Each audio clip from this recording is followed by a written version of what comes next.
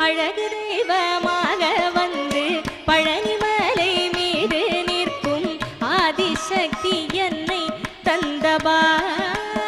தந்தபாலனவள் அசுரர் தம்மை வென்ற வடிவேலன் அழகு தெய்வமாக வந்து பழனிமலை மீது நிற்கும் ஆதிசக்தி என்னை தந்தபாலனவள்